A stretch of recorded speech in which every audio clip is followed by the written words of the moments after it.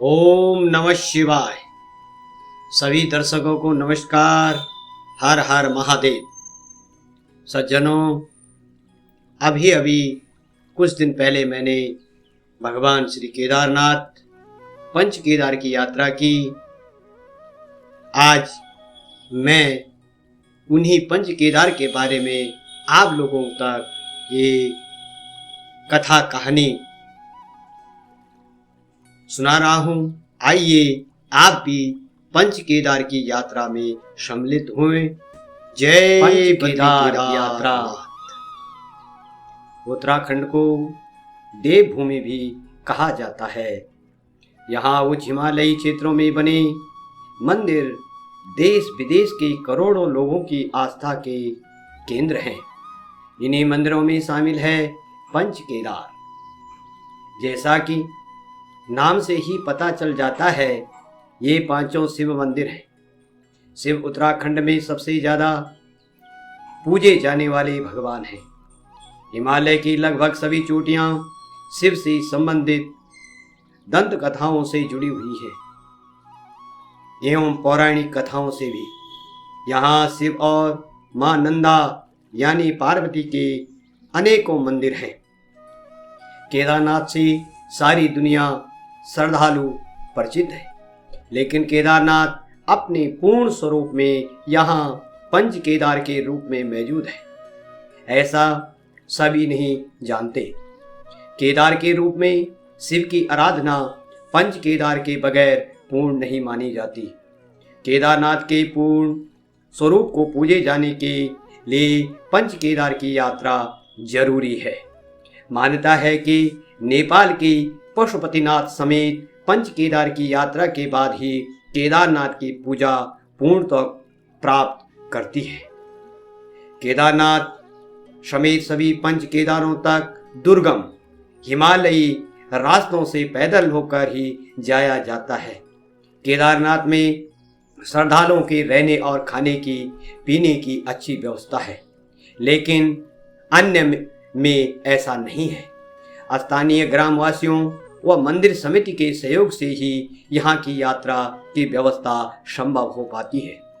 केदार के रूप में शिव की कथा यह है कि महाभारत के युद्ध के बाद अपने गुरुकुल ब्राह्मणों और सगोत्रीय भाइयों की हत्या के पाप के प्रायश्चित के लिए पांडव शिव की शरण में जाना चाहते थे। ऐसे करने का मशविरा उन्हें भगवान श्री कृष्ण ने दिया था।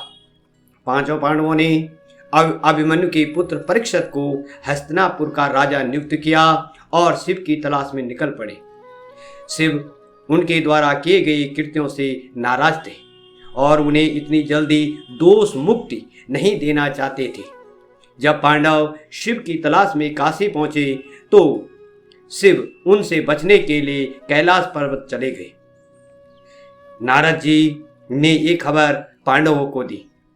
पांडव उनका पीछा करते हुए उत्तराखंड आ पहुंचे। यहाँ पहुंचकर गुप्त काशी में पांडवों ने देखा कि बुग्याल जंगल में एक झुंड में विचरते हुए गाय बैलों में से एक अन्य से भिन्न है। उनकी समझ में आ गया कि उन्हें चकमा देने के लिए शिव ने बैल का रूप धारण कर लिया है। पांडवों द्वारा पहचान लिए जाने पर शिव ने वहां एक गड्ढा किया और जमीन में विलुप्त हो गए। यहाँ से भगवान शिव केदारनाथ के बुग्यालों अर्थात जंगल में जा पहुंचे। यहाँ भी बैल के रूप में विचरते शिव को पांडवों ने ढूंढ लिया। अब पांडव किसी भी हाल में उनसे प्रायश्चित करना चाहते थे, इसलिए भीम ने विराट रूप धारण कर अपने पैर दो पहाड़ी धारों पे टिका दिए। वहां विचरने वाले सभी बैल भीम के दो पैरों के बीच से आगे निकल गए, लेकिन बैल का रूपधारी महादेव ने ऐसा नहीं किया। जब पांडवों को पक्का यकीन हो गया कि बैल के रूप में शिव ही है, यह जानकर भगवान शिव फिर भूमिगत हो गए। लेकिन भीम ने उन्हें पकड़ने की कोशिश की और उनका पृष्ठभाग यहाँ पर एक शिला के रूप में विराजमान हो गया।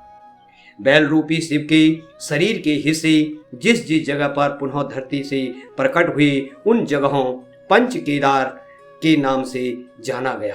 पंच केदार में जो है एक तो केदारनाथ, तुंगनाथ, रुद्रनाथ, मध्य महेश्वर और कल्पेश्वर के नाम से पहचाने जाते हैं।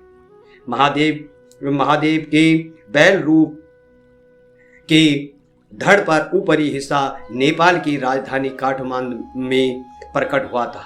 यहाँ उनके पशुपतिनाथ स्वरूप की पूजा की जाती है।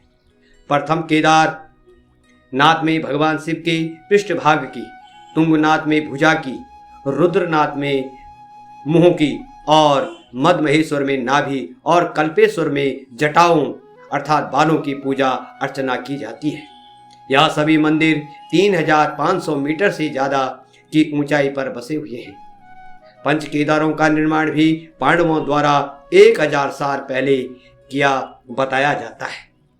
प्रथम केदारनाथ मंदिर उत्तराखंड के गढ़वाल में केदार पर्वत पर बना हुआ है। केदारनाथ पंच केदार होने के साथ साथ ज्योतिर्लिंगों में से भी एक है। केदारनाथ का महत्व 4 छोटे धामों से एक होने के कारण भी है। यहाँ शिव के पृष्ठभाग की पूजा की जाती है। कत्यूरी शैली में बने इस मंदिर का जीर्णोद्धार आदि गुरु शंकराचार्य द्वारा कराया गया था। सन 2013 में उत्तराखंड में आई आपदा का केंद्र केदार घाटी में होने के बावजूद इस मंदिर को आज तक नहीं आने आई। यह भी एक चमत्कार माना जाता है। द्वितीय केदार मध्य महेश्वर में महादेव के मध्य भाग की पूजा अर्चना की जाती है। मध्य महेश्वर चौखंबा के शिखर पर हिम से घिरी सुरम्य घाटी में बना हुआ है।